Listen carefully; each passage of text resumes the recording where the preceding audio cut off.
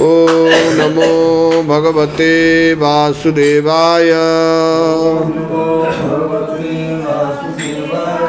ओम नमो भगवते वासुदेवाय।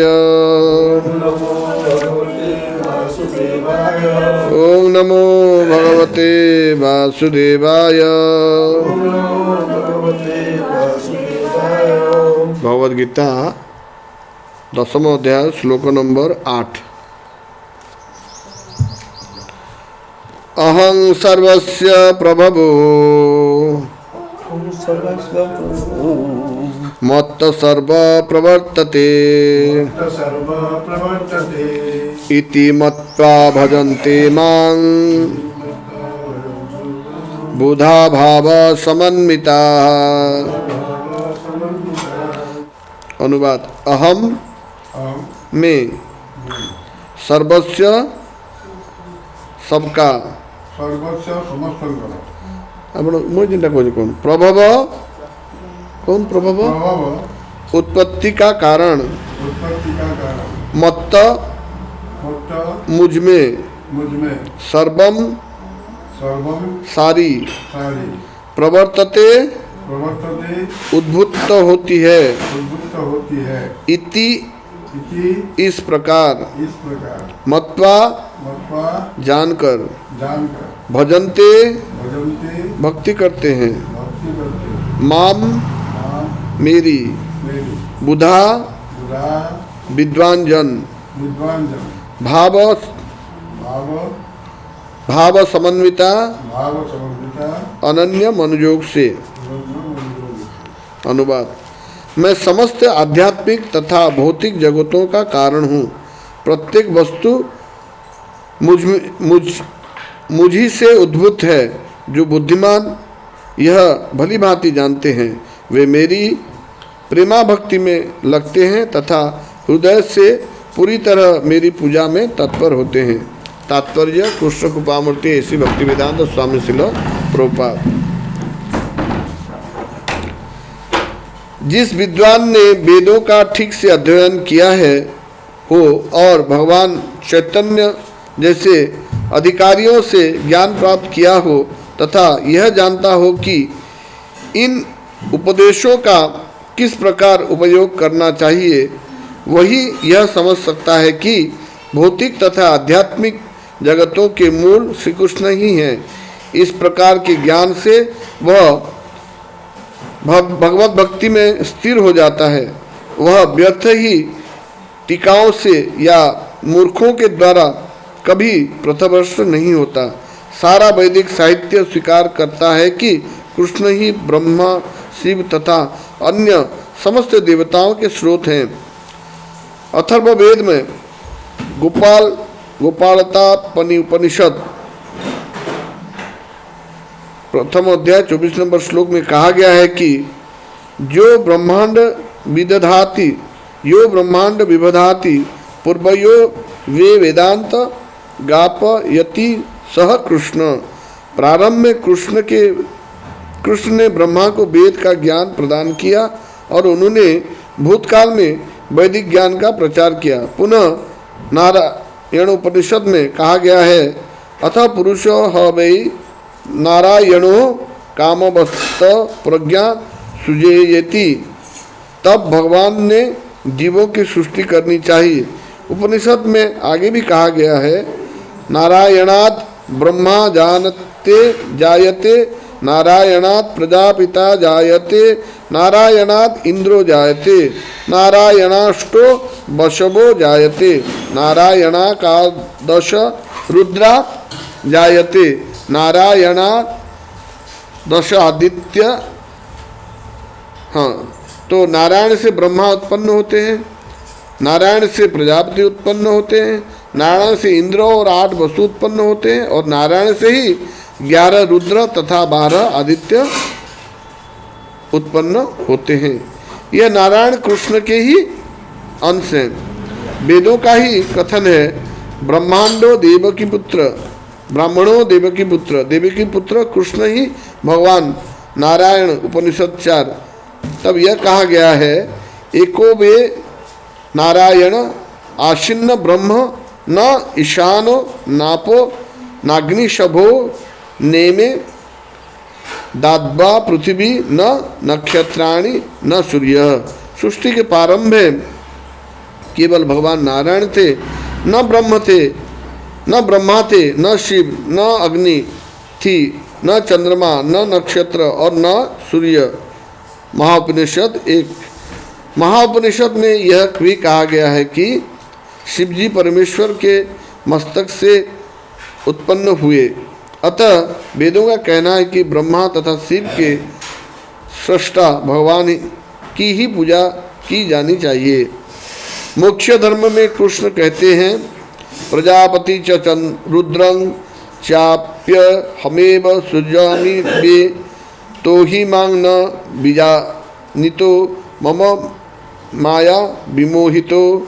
मैंने ही प्रजापतियों को, शिव तथा अन्यों को उत्पन्न किया, किंतु वे मेरी माया से मोहित होने के कारण यह नहीं जानते कि मैंने ही उन्हें उत्पन्न किया। बराह पुराण में भी कहा गया है नारायण परो देवा समस्त जात क्षतु मूर्ख तस्मात् रुद्रो भवद्वेद वह सच सर्वज्ञातागत।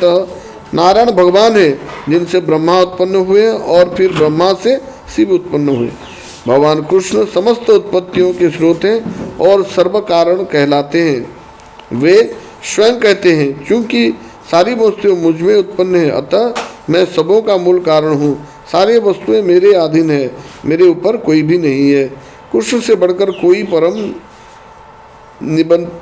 नियंता नहीं है। जो व्यक्ति प्रामाणिक गुरु से या वैदिक साहित्य से इस प्रकार कृष्ण को जान लेता है, वह अपनी सारी शक्ति कृष्ण भावनामृत में लगाता है और सचमुच विद्वान पुरुष बन जाता है। उसकी तुलना में अन्य सारे लोग जो कृष्ण को ठीक से नहीं जानते मात्र मूर्ख सिद्ध होते हैं। केवल मूर्ख ही कृष्ण को सामान्य व्यक्ति समझेगा। कृष्ण भावना भावित व्यक्ति को चाहिए कि कभी मूर्खों द्वारा मोहित न हो। उसे भगवद गीता की समस्त अप्रामाणिक टीकाओं एवं व्याख्यानों से दूर रहना चाहिए और दृढ़तापूर्वक कृष्ण भावनामृत में अग्रसर होना चाहिए। हरे कृष्ण। ओम अज्ञानतिमिरान्धस्य ज्ञानाञ्जनशलाकया चक्षुरुन्मिलितं येन तस्मै श्रीगुरवे नमः। श्रीचैतन्यमनोभीष्टं स्थापितं येन भूतले स्वयं रूपः कदा मह्यं ददाति स्वपदान्तिकं। वन्देऽहं श्रीगुरु श्रीयुतपदकमलं श्रीगुरून् वैष्णवांश्च श्रीरूपं साग्रजातं सहगण रघुनाथान्वितं तं सजीवं साद्वैतं सावधूतं परिजनसहितं कृष्णचैतन्यदेवं राधा कृष्ण पादां शरण ललिता श्री विशाखान्वितांश। हे कृष्ण करुणा सिंधु दीनबंधु जगत्पते गोपेश गोपिका कांतो राधा कांतो नमोस्तुते। तप्त कांचन गौरांगी राधे वृंदावनेश्वरी वृषभानुसुते देवी प्रणमामि हरिप्रिये। नमो विष्णुपदाय कृष्णपृष्ठाय भूतले श्रीमते भक्तिवेदांत स्वामिनीति नामिने। नमस्ते सारस्वती देवी गौरवाणी प्रचारिणे निर्विशेष शून्यवादी पाश्चात्य देशतारिणे। जय श्री कृष्ण चैतन्य प्रभु नित्यानंद श्री अद्वैत गदाधर शिवासादि गौर भक्तवृंद। हरे कृष्ण कृष्ण कृष्ण हरे हरे हरे राम राम राम हरे हरे। नमो विष्णुपदाय कृष्णपृष्ठाय भूतले श्रीमते जयपदकस्वामिनीति नाम्नि। नमो आचार्य पदाय निताय पदाय गुरुकथा धामदाय नगर राम धरणे। हरे कृष्ण। तो यहाँ पर 10वें अध्याय के 8वां श्लोक में भगवान कहा क्या बोल रहे हैं? मैं समस्त आध्यात्मिक तथा भौतिक जगतों का कारण हूँ। तो भौतिक जगत मतलब क्या? हाँ, ये पृथ्वी भी भौतिक जगत में आता है, सूर्य भी भौतिक जगत में आता है, चंद्र भी आता है और ये सारे 14 लोक आप ब्रह्म भुवना लोके, ब्रह्मलोक से शुरू करके पाताल तक ये सब भौतिक जगत में आता है। ये ब्रह्मांड भौतिक जगत में आता है। और ऐसे करोड़ों ब्रह्मांड सारा ही भौतिक जगत में आता है। आप सोच रहे हैं कि खाली ये ब्रह्मांड है, जो देखिए लोगों का सोच, जिसका जितना अकल है, जिसका जितना ज्ञान है, उसका सोच उतना दूर ही है। जैसे एक रिक्शा वाला जो उसको वो कभी भुवनेश्वर नहीं गया है, उड़ीसा का राजधानी वो कभी गया नहीं, तो उसके लिए भुवनेश्वर है ही नहीं एक हिसाब से। और दिल्ली तो बहुत दूर की बात है, इतने सारे स्टेट हैं, उनका नाम भी नहीं जानता है। तो जो जिसके बारे में नहीं जानता है उसके लिए वो है ही नहीं, और जो पढ़ा लिखा है और थोड़ा जानता है उसके लिए इंडिया का सारा है, लेकिन फॉरेन उसके लिए, विदेश उसके लिए है ही नहीं। और जो और भी पढ़ा लिखा है वो जानता है कि विदेश में भी ऐसे अलग अलग 200 देश हैं, वहाँ पे भी लोग रहते हैं, वहाँ पे भी सरकार होता है, वहाँ पे भी ऐसे हैं रोटी कपड़ा और मकान, आहार निद्रा भय मैथुन जीव जंतु है, सब कुछ है। फिर और आगे जो जानता है वो जानता है कि ये पृथ्वी जैसा एक ग्रह है और दूसरे ग्रह भी ऐसे हो सकते हैं। हालांकि अभी विज्ञान नहीं जान पाता है, जो वैज्ञानिक उनको ये नहीं पता है कि कौन से ग्रह में प्राणी है, लेकिन भगवत गीता कहता है, हमारा शास्त्र पुराण कहता है कि हर एक ग्रह में प्राणी है। चंद्र में भी जीव है, लेकिन उनका शरीर हमारा शरीर जैसा नहीं है। सूर्य में भी लोग हैं, लेकिन उनका शरीर हमारा शरीर जैसा नहीं है। जैसे हमारे पृथ्वी में 75% 75% पानी है, तो हमको शरीर ऐसा दिया गया है, हमारा शरीर में भी 75% पानी है। जिस तरह का वातावरण है उस तरह का शरीर दिया जाता है। जैसे आप मरुभूमि में देखिए, वहाँ पे जो जीव रहते हैं वो बिना पानी के बच सकते हैं, बिना पानी पिए, महीनों बिना पानी पिए वो रह सकते हैं। जैसे ऊँट को देखिए, महीने में एक बार पानी पिएगा और आराम में से मरुभूमि में रह लेगा। वहाँ पे ऐसे छिपकली होते हैं, ऐसे सांप होते हैं कि वो गर्मी में बिना पानी पिए वो जिंदा रह सकते हैं। तो जिस तरह का एनवायरनमेंट है उसी तरह से लोग जीते हैं। साइबेरिया में भी लोग जीते हैं, ऐसे ऐसे जगह में जीते हैं जहाँ खाली बर्फ़ पड़ता है, आप सोच नहीं पाएंगे, -डिग्री टेम्परेचर, वहाँ पे भी लोग रहते हैं। और कच्चा मछली खाते हैं, वहाँ पे आग जलाने का, गर्म करने का कोई सुविधा ही नहीं है, तो कच्चा मछली खाते हैं वो लोग। उनका जो मछली बर्फ़ के नीचे सालों ऐसा रह सकता है, जैसा है वैसा रहेगा।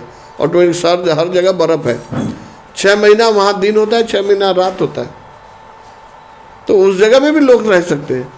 तो शास्त्र कहता है कि आत्मा को ना जलाया जा सकता है, मतलब आग में भी आत्मा रह सकता है, क्योंकि वो जलेगा नहीं। आत्मा को डुबाया नहीं जा सकता, मतलब पानी के अंदर भी रहेगा, पानी के अंदर मछलियाँ रहते हैं। फिर हवा उसको सुखा नहीं सकता, हवा में भी रहते हैं, हवा में ऐसे जीवाणु कीटाणु बहुत चीज़ रहते हैं, पक्षी हवा में रहता है। और अभी वैज्ञानिक बोलते हैं कि एक बैक्टीरिया ऐसा है जो आग में ही रहता है, उसको फायर बैक्टीरिया कहते हैं, और उसको तलवार से भी काट नहीं सकते, वो इतना धार, इतना छोटा चीज में भी रह सकता है। तो कहने का अर्थ यह है कि सूर्य में भी जीव है और ऐसे अनेकों ब्रह्मांड हैं। हमारा सूर्य तो ब्रह्मांड के अंदर है, ऐसे करोड़ों ब्रह्मांड हैं। तो ये भौतिक जगत, भगवान बोल रहे हैं ये भौतिक जगत, और फिर उनका एक आध्यात्मिक जगत। तो जो भगवत गीता को नहीं जानता, जो तो अच्छे से पढ़ा लिखा, वैज्ञानिक भी तो नहीं जानते अलग ब्रह्मांड है, उनको नहीं पता। उनको लगता है ये जो तारा थारा देख रहे हैं ये ही सब कुछ है, ये ऐसे मिट्टी, फिर पानी, फिर अग्नि, फिर हवा, फिर आकाश, ऐसा कवर होके ये एक ब्रह्मांड है, और उसका आकार अंड जैसा है। भूगोल, भूगोल मतलब पृथ्वी गोल है, एक शब्द में ही विज्ञान था हमारा। अभी ब्रह्म अंड, तो ये यूनिवर्स का आकार अंडा आकार है, अंडे का आकार है, इसलिए उसका बोलते हैं ब्रह्म अंड, अंडे का आकार का है। वैज्ञानिक अभी नहीं जानते, ये यूनिवर्स का साइज उनको नहीं पता है। हो सकता है 500 साल बाद जानेंगे कि इसका आकार अंडा जैसा है, फिर सब लोग कूदेंगे, नाचेंगे कि हमको पता चल गया ये यूनिवर्स का साइज अंडा जैसा है। लेकिन हमारे एक शब्द में वो विज्ञान है, हम तो पहले से बोल रहे हैं ब्रह्मांड अंडा आकार का है। तो वैज्ञानिक ये नहीं जानते कि ऐसा करोड़ों ब्रह्मांड है। कोई थ्योरी निकाल रहे हैं, वो पैरेलल यूनिवर्स, मल्टीवर्स, अलग अलग ब्रह्मांड है, कोई बोल रहे हैं, लेकिन भगवत गीता में और शास्त्र में तो क्लियरली बताया गया है कि अलग अलग ब्रह्मांड हैं। हमारे ब्रह्मा के कितने स्वर हैं? 4 स्वर हैं। एक बार कृष्ण के पास द्वारका में ब्रह्मा गए थे और उनसे जो द्वारपालों से बोले जय विजय से कि बोलो ब्रह्मा आए हैं। तो जिस द्वारपाल बोलने गए कि ब्रह्मा आए हैं तो ब्रह्मा को बहुत गर्व था एक्चुअली कि मैं बहुत बड़ा एक मतलब सृष्टि करता हूँ। जैसे यहाँ बोला जा रहा है मेरे से उत्पन्न होके ब्रह्मा से ये माया के द्वारा प्रभावित होते हैं और सोचते हैं मैं ही भगवान हूँ। ब्रह्मा सोचता है मैं तो सृष्टि करता हूँ, मैं ही भगवान हूँ। फिर शिव जी भी सोचते हैं अरे मेरे से सृष्टि हो रहा है, मैं ही भगवान हूँ। शिव पुराण में आप देखिए शिव जी को भगवान बताया गया है, वो भी सोचते हैं मैं ही भगवान हूँ। अरे ऐसा नहीं, अरे आप बरगढ़ में भी ऐसा कोई पैसा वाला होगा उसको लगता होगा मैं ही भगवान हूँ। बॉम्बे में कोई डॉन होगा, माफिया होगा, उसको लगता होगा मैं ही भगवान हूँ। ऐसे जो एक सिनेमा में बोलता है ना कि कभी कभी अपन को लगता है अपन ही भगवान है। ओ एक एक्टर है वो ऐसा बोलता है कि कभी कभी मुझे लगता है मैं ही भगवान हूँ। हम लोगों को भी कभी कभी, मुझे बचपन में लगता था कि सारा जो सृष्टि है, ये इंसान है, ये सब मेरे लिए ही बनाया गया है। मतलब ये एक्चुअली कुछ है नहीं, ये सब मेरे एंजॉयमेंट के लिए बनाया गया, ऐसा मेरा सोचना था। मैं आजकल सोचता हूँ कि हाँ मतलब वो भाव है हमारा मन में, वो भाव है कि हम भगवान बनना चाहते हैं और इसीलिए भगवान से द्वेष करके इधर आए। तो हमारे मन में वो चिंतन है कि हम ही भगवान हैं। हम चाहते हैं कि हम सबसे ज़्यादा सुंदर हो। कौन नहीं चाहता सबसे ज़्यादा सुंदर होने के लिए? हमको लगता है कि हमारे पास करोड़ों हजार करोड़ों संपत्ति हो, मैं ही ज़्यादा इतना ताकतवर हूँ कि वो ट्रक को ऐसे धक्का मार दूँ तो ट्रक उलट जाए। हम सोचते हैं ऐसा। और हम ऐसा भी सोचते हैं कि मुझ में सबसे ज़्यादा ज्ञान हो, या मेरा नाम सुनते ही काम हो जाए, है ना। या फिर ऐसा सोचते हैं कि कोई योगी या साधु को देखते हैं तो लगता है ये सबसे बड़ा साधु नहीं, मैं सबसे बड़ा साधु, सबसे बड़ा त्यागी मैं होऊंगा। तो इस तरह से वो 6 तरह का भक्त का अधिकारी हम होना चाहते हैं, लेकिन हम हो नहीं सकते। सारा धन का मालिक हम हो सकते हैं? सारा धन का मालिक तो वर्ल्ड का सबसे जो धनी है वो भी नहीं है। आपके पास जब तक 10 रुपया है तो आपके पास एक घर है तो सारा जमीन का मालिक वो कैसे हो जाएगा? लेकिन भगवान तो ये सारे अनंत कोटि ब्रह्मांड के मालिक हैं। तो भगवान क्या बोल रहे हैं कि जो आध्यात्मिक जगत है, अच्छा भौतिक जगत और आध्यात्मिक जगत में क्या फ़र्क है? भौतिक जगत ब्रह्मा की 12 घंटा में आता है, फिर 12 घंटा में पानी में के अंदर डूब जाता है। फिर जब महाविष्णु निश्वास लेते हैं तो सारा ब्रह्मांड, अनंत कोटि ब्रह्मांड उनके शरीर के अंदर घुस जाता है और तब तक रहता है जब तक वो हम निश्वास छोड़ते हैं, फिर लेते हैं, फिर थोड़ा रुकते हैं और फिर छोड़ते हैं ना। वो रुके रहने तक वो सारा, वो कितना करोड़ों साल है, ब्रह्मा का एक पूरा जीवन भर वो अंदर रहता है। फिर जब छोड़ते हैं फिर निकलता है। तो ये भौतिक जगत आता है और जाता है, तो इसलिए उसको कहा जाता है अशाश्वतम, ये शाश्वत नहीं है। लेकिन आध्यात्मिक जगत ऐसा नहीं होता है कि कभी उसमें प्रलय होता है, या फिर आत्मा वहाँ पे जो रहते हैं ऐसा नहीं होता है कि वो बूढ़ा हो जाते हैं। हम इधर हमारा वयस ज़्यादा से ज़्यादा हर रोज़ बढ़ रहा है ना। आपको लगता है कभी मैं बूढ़ा हो गई, बूढ़ी हो गई? लगता है? मन के अंदर से हम कैसे रहते हैं? हमेशा युवक रहते हैं। शरीर बूढ़ा होता है लेकिन मन 25 साल के बाद मन और बड़ा नहीं होता है, वो हमेशा युवक रहता है। क्योंकि हमारा आत्मा का गुण है कि आत्मा बूढ़ा नहीं होता। आत्मा तो करोड़ों पता नहीं, वो समय का उसका कोई प्रभाव नहीं, अनादि है। भगवान जितना पुराने हैं हम भी उतना पुराने हैं, भगवान के अंश है। तो इतना साल करोड़ों जन्म लेके आत्मा का कोई परिवर्तन नहीं होता है, तो शरीर का ही परिवर्तन होता है। देहिनोस्मिन् यथा देहे कौमारम यौवनम जरा। लेकिन हम सोचेंगे कि हम बूढ़ा हो गए, मतलब हम सोच रहे हैं हम शरीर है, हम बूढ़ा नहीं हो रहे, ये शरीर बूढ़ा हो रहा है। हम तो भगवान के अंश हैं और हमेशा हम जवान थे, जवान हैं और जवान ही रहेंगे। लेकिन ये अवस्था प्राप्त करने के लिए आपको क्या करना पड़ेगा? जहाँ से आए हैं वहाँ जाके आपको एक दिव्य शरीर दिया जाता है, जो शरीर ना जन्म होता है, ना मृत्यु होता है, ना जरा होता है, ना व्याधि होता है। ऐसा एक दिव्य शरीर दिया जाता है। आप भगवत धाम में जाएंगे तो आपको एक दिव्य शरीर मिलेगा, लेकिन वो दिव्य शरीर प्राप्त करने के लिए हमको ये शरीर से मोह छोड़ना पड़ेगा और भगवान के शरण में जाना पड़ेगा, और इस शरीर को भी भगवान के सेवा में लगाना पड़ेगा। तो आध्यात्मिक जगत है वो भगवान के 75% शक्ति से आध्यात्मिक जगत बना है।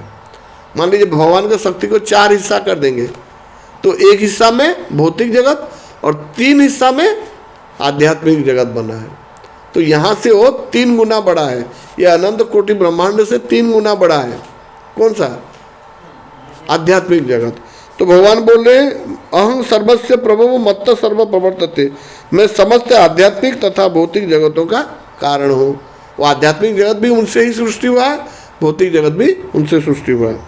प्रत्येक वस्तु मुझी से उद्भूत है, और जो कुछ भी निकल रहा है किससे निकल रहा है?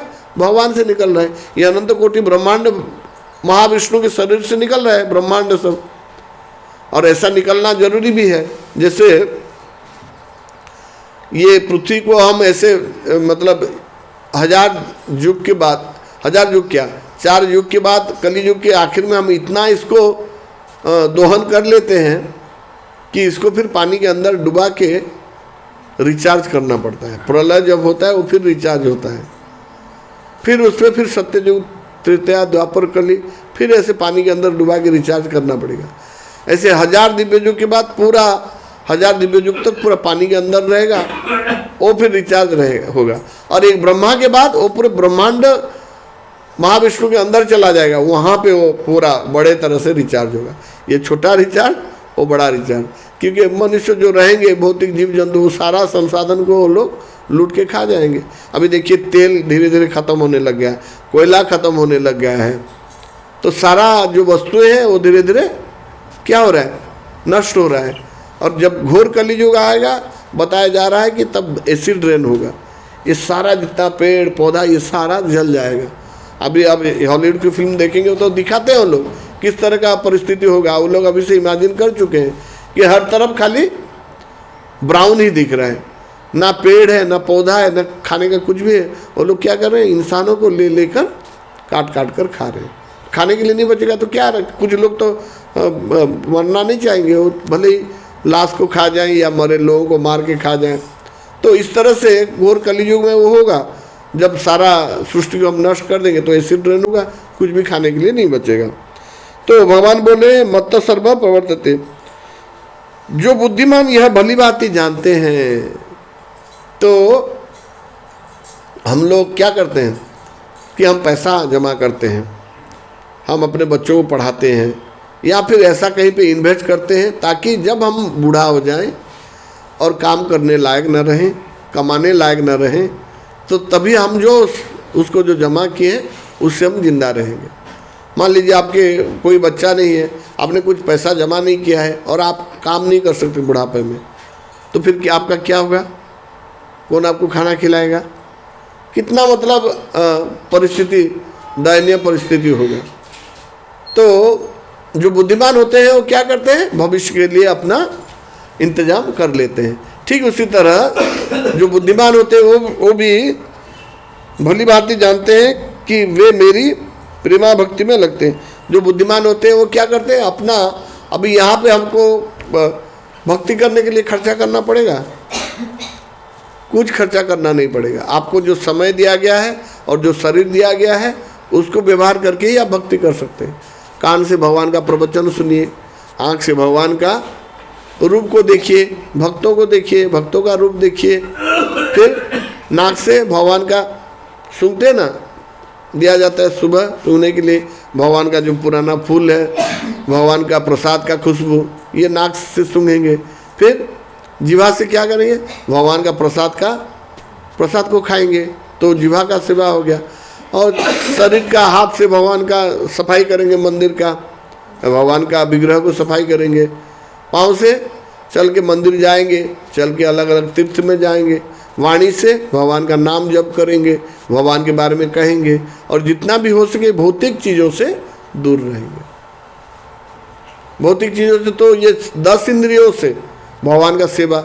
इवन हमारे वैदिक युग में क्या होता था कि जननेंद्रिय से बच्चा पैदा किस लिए करते थे? भक्त बनाने के लिए। अभी हम क्या करते हैं? अभी शादी किया जाता है, हम भोग करते हैं, भोग के फलस्वरूप एक बच्चा पैदा होता है, तो बच्चा भी भोगी ही होता है। बचपन से बहुत कम उम्र से वो भोग करना शुरू कर देता है, और फिर क्या होता है, हम उसको फिर चाय देते हैं। एक प्रभु जी बता रहे थे, जो चाय है, ये चाय में ऐसा विषैला चीज़ है कि बच्चों को ब्रह्मचारी रहने नहीं देता हो, उनका मन को तामसिक वृत्ति में लगा देता है। तो बच्चे बहुत कम उम्र में वो भोग करने के लालच, यौन भोग में वो रहेंगे। और आजकल वातावरण ऐसा है कि हर जगह भोग के लिए, आप भी अपने बच्चे हैं देखते होंगे, वो बात नहीं सुनते, वो मोबाइल में पड़े रहेंगे, किससे चैटिंग करते हैं, क्या करते हैं, आपको पता भी नहीं चलेगा, वो भोग के मार्ग में रहेंगे। तो ये चाय जो है, चाय हमको बंद करने के साथ साथ बच्चों को भी चाय बंद करना चाहिए, नहीं तो उनको ब्रह्मचारी और ब्रह्मचर्य नष्ट हो गया तो पढ़ाई में मन नहीं लगेगा, पढ़ाई में मन नहीं लगेगा तो अच्छा मार्क नहीं आएगा, अच्छा मार्क नहीं आएगा तो अच्छा नौकरी नहीं मिलेगा, और अच्छा नौकरी नहीं मिलेगा तो फिर गरीबी में ज़िंदगी कटेगा। भक्ति के लिए तो पैसा चाहिए ना, पैसा धन जो है वो चाहिए उसको, लेकिन कैसे खर्च करना है उसके वो हमारे ऊपर है। जो भी हो, तो जो भली भांति जानते हैं भगवान अनंत कोटि ब्रह्मांड के मालिक हैं, तो क्या करते हैं, वह मेरी प्रेम भक्ति में लगते हैं तथा हृदय से पूरी तरह से मेरी पूजा में तत्पर होते हैं। फिर वो जान जाते हैं कि ये संसार में हम जो कुछ कर रहे हैं, जितना पैसा कमा करके हम जोड़ के रख रहे हैं, उसका कोई मतलब नहीं है। अरे कुछ नहीं, पूरा पैसा नहीं तो 10% भगवान की भक्ति में लगा दो, देखिए आपको भी आनंद मिलेगा। और भगवान पैसा लेके कहाँ चले जाते हैं? आप भोग लेके जो देते हैं, भगवान लेके भाग रहे हैं, कौन खा रहा है उसको? भोग लगने के प्रसाद हमको ही आ रहा है। घर में भी आप खाना बनाते हैं, आप ऐसे भी खाना बनाते हैं। आप सोचिए, मैं आज भगवान के लिए खाना बना रहा हूँ, आज मैं कृष्ण के लिए खाना बना रहा हूँ, ये चावल जो धो रहा हूँ कृष्ण के लिए धो रहा हूँ, ये जो भात बना रहा हूँ कृष्ण के लिए बना रहा हूँ, ये सब्जी दाल सब कृष्ण के लिए बना रहा हूँ। ऐसा सोच में खाली परिवर्तन करने में पैसा लगेगा एक्स्ट्रा, कि आग ज़्यादा, गैस ज़्यादा खर्चा होगा, या चावल ज़्यादा खर्चा होगा। खाली आपको क्या चेंज करना है? सोच। इसीलिए बोला जाता है कृष्ण भावना मृत संग, ये खाली भावना को चेंज करता है, अपना सोच को चेंज करना है। भावना को चेंज करके भक्ति हो जाता है, एक्स्ट्रा खर्चा नहीं करना है। हाँ, इतना है कि प्याज लहसुन नहीं देना है। कुछ लोग ऐसे होते, प्याज लहसुन नहीं खाएंगे तो मर जाएंगे। हम तो जिंदा हैं, प्याज लहसुन नहीं खा के मर जाएंगे, प्याज लहसुन नहीं खाने से मर जाएंगे। उल्टा प्याज लहसुन खाने पर ज़्यादा हमारा ये सब सर के ऊपर से जाता है। गैस होना हो, ये जो पढ़ाई हम कर रहे हैं, अगर कोई प्याज लहसुन खाएगा तो उसको उस समय में नींद आएगा, क्योंकि उसको समझ में आएगा नहीं, वो सोच भी नहीं पाएगा कि ऐसा भी कोई जगत हो सकता है जहाँ पे मतलब बुढ़ापा नहीं हो। ऐसा वो सोच उसके सोच में घुसेगा ही नहीं। उसका बुद्धि का जो सूक्ष्म तंतु है, प्याज उस सूक्ष्म तंतु को नष्ट कर देता है, प्याज लहसुन। इसीलिए जो हवाई जहाज चलाने जाते हैं 48 घंटा पहले उनको प्याज लहसुन वर्जन होता है, कि प्याज लहसुन खाएंगे तो ये हजारों स्विच है, कहाँ किसको मारना है दिमाग से आउट हो जाएगा। तो लेकिन जो प्याज लहसुन नहीं खाएगा उसका सूक्ष्म तंतु फिर धीरे धीरे धीरे धीरे ग्रो होगा, क्योंकि प्याज लहसुन एक तरह का जहर है। आप लहसुन को पाउडर करिए, पीसिए, उसका पानी पौधे में मारिए, वो जो कीड़ा वीड़ा होता है सब मर जाएगा। हाँ, तो ये एक तरह का पॉइजन है। बहुत लोग कहते हैं कि हम नहीं, मेडिसिन की तरह खाते हैं, घुटनों का दर्द है। तुमको घुटना का पड़ा है क्या दिमाग का पड़ा है? तुम्हारा घुटना ज़्यादा इम्पोर्टेंट है तो खाओ प्याज लहसुन। नहीं, तरकारी क्या उसको, हाँ, तो वही तो टेस्ट के लिए वो लोग खाते हैं। आप मेडिसिन की तरह खा रहे हैं तो मेडिसिन की तरह खाइए, ऐसे एक लहसुन लीजिए, ऐसे पानी लीजिए, मेडिसिन की तरह खाइए। आप मेडिसिन जो होता है, हम मेडिसिन लाते हैं ना, सिनारेस्ट लाते हैं, सिनारेस्ट को कूट कर उसको ग्रेवी बनाते हैं क्या, और तरकारी में देते हैं। तो मेडिसिन की तरह खा रहे हो तो मेडिसिन की तरह खाओ, ग्रेवी बना के क्यों खा रहे हो? फिर प्याज को ग्रेवी बना के क्यों खा रहे हो? बहुत लोग कहते हैं इसका मेडिसिनल प्रॉपर्टी, तो मेडिसिन की तरह खाओ ना, ऐसे खाओ, पानी निकलो। ग्रेवी बना के क्यों खा रहे हो, मसाला बना के क्यों खा रहे हो? मतलब वो जीवा के लिए खा रहे हो। तो प्याज लहसुन खाने से ये इसमें रुचि आएगा ही नहीं, वो उसके समझ के बाहर है। जो प्रवचन उसके सर के ऊपर से जाएगा, पता नहीं क्या क्या बोल रहे, क्या समझे, अच्छा लगा कुछ याद नहीं रहेगा। हम अभी बताए कि भगवान की सृष्टि में 75% आध्यात्मिक जगत है, 25% भौतिक जगत है। याद रहेगा? रह रहा है। कब रहेगा? जब आप भक्ति करेंगे तभी आपको याद रहेगा। तो हमको भगवान के प्रेम भक्ति में लगना है। और हर शास्त्र, यहाँ पे कितना प्रमाण दिया गया है, वेदों में, शास्त्रों में, उपनिषद में, हर जगह बोला गया है कि कृष्ण ही भगवान है। तो हमको कृष्ण को, भगवान के, जो जानेगा कि कृष्ण ही भगवान है तो उनका नौकर बनना। अभी आपको राष्ट्रपति का नौकर बनने के लिए अगर नौकरी आ जाएगा तो लाखों रुपए सैलरी मिलेगा और राष्ट्रपति भवन में रहेंगे। एक बार राष्ट्रपति भवन में रहिए, मैं गया था दिल्ली में, एक बार एक 3 स्टार होटल में रहा था। यूनिसेफ का प्रोग्राम था, होटल का रूम का चार्ज था 8,000 रुपये पर डे और खाना हम खाते थे 13,000 रुपये के पर डे। वो खाना भी ऐसा खाना था, अब जितना भी खाओ नहीं लगता पेट भर गया बोल के। 6 प्लेट 7 प्लेट अलग अलग तरह का डिश हम नाश्ते में खाते थे, फिर भी पेट खाली होता। देखते हैं ट्रेनिंग का टाइम हो गया, निकल जाते, नहीं तो टाइम होता तो और 2-3 डिश भी खा लेते। इतना लाइट, इतना हल्का, पता नहीं कैसे वो लोग बनाते हैं कि भौतिक जगत में भी आपको इतना खाने से आपको फिर जीवा में भी खराब टेस्ट नहीं आता। हम घर में 2 रोटी खाते, 3 रोटी खाते हो तो पेट टाइट हो जाता है ना, वहाँ पे ऐसा ऐसा खाना बनाते, आप खाते जाओ खाते जाओ खाते जाओ, फिर भी खा सकते हो और हजम हो जाता है। लंच के टाइम में फिर भूख लगता है। तो ये भौतिक संसार में 3 स्टार होटल में आप जाओ, वहाँ पे भी वो स्वर्ग जैसा फैसिलिटी है। और 5 स्टार 7 स्टार होटल में क्या फैसिलिटी होगा। हमारे सामने आया, एक नाश्ता किया, उसका 3,500 रुपये बिल हो गया। बेचारा पैसे पर्स सब खत्म हो गया, हमसे कम खाया वो। हमारा 13,000 रुपये का हम लंच, ब्रेकफास्ट, लंच और डिनर खाते थे। 13,000 रुपये का हम जितना खाते थे शायद तो कोई बाहर का आएगा तो 25-30 हज़ार रुपये का बिल होता उसका। हाँ, तो वहाँ पे हम 5 दिन रहे। तो हमारे यहाँ से उड़ीसा से जो लोग कहे थे वो बोले थे रात में हम रोटी तड़का खाएंगे। उनको समझा इतना बढ़िया बढ़िया डिश है, उसको ट्राई करो। तो लोग फिर समझे और रोटी तड़का छोड़ के अलग अलग डिश खाए वहाँ पे। और वो लोग क्या करते, दिल्ली में था होटल, वो लोग क्या करते हैं कि हम चलो इंडिया गेट देखने जाएंगे। बोला 8,000 रुपये का तुम्हारा होटल है, यहाँ पे कितना सुविधा है, यहाँ पे जिम है, यहाँ पे क्या बोलते हैं कि सोना है, स्टीम बाथ है, ये सब करो। लेकिन मनुष्य के पास जो होता है उसमें खुश नहीं रहता है। जो बॉम्बे में चौल है, धारावी बोलते हैं उसको, स्लम, वहाँ पे लोग ऐसे टीन चादर दे के, बहुत बड़ा एरिया में टीन चादर दे के, छोटा छोटा घर, इतना छोटा छोटा गली, वहाँ पे लोग रहते हैं। और रविवार छुट्टी के दिन वो क्या करते हैं, अपना वो पुराना कैमरा वेमरा और जितना ड्रेस, सब साफ सुथरा ड्रेस पहन के वो चले जाते हैं। ताजमहल होटल है, गेटवे ऑफ इंडिया के पास ताजमहल होटल है, सबसे बड़ा होटल है इंडिया का। वहाँ पे जाते हैं, ताजमहल का फ़ोटो उठाते हैं, देखते कितना बढ़िया होटल है। और फॉरेनर लोग जो ताजमहल होटल में आते हैं, वो लोग ताजमहल में सुबह नाश्ता करके कैमरा लेके वो धारावी में आ जाते हैं, वो जो झोपड़पट्टी में आ जाते हैं और वहाँ का फ़ोटो उठाते हैं कि देखो कैसा गरीबी है। गरीब लोग देख रहे हैं ताजमहल होटल देख रहे हैं धारावी में आके, उनको वो चीज़ अजीब लगता है। और इनको ये चीज़, मतलब जो जिस स्थिति में है उसमें खुश नहीं है, और जब तक वो अपने स्थिति में खुश नहीं होगा भक्ति नहीं करेगा। तो सबसे पहले क्या, संतुष्टि आना चाहिए कि हमारे पास जितना भी है, हमसे भी बहुत ज़्यादा गरीब लोग हैं। अमीर तो ऐसे देखेंगे तो बिरला के ऊपर भी लोग हैं। जो हमारे बरगढ़ का सबसे धनी लोग है वो बिरला के सामने भिखारी है। तो ऐसे कंपैरिजन में तो, और यहाँ से सबसे धनी लोग, फिर ऊपर के लोग में वो भिखारी है। तो ऐसे तो इंद्र चंद्र ऐसे ब्रह्मा तक हिसाब करेंगे तो कितना है।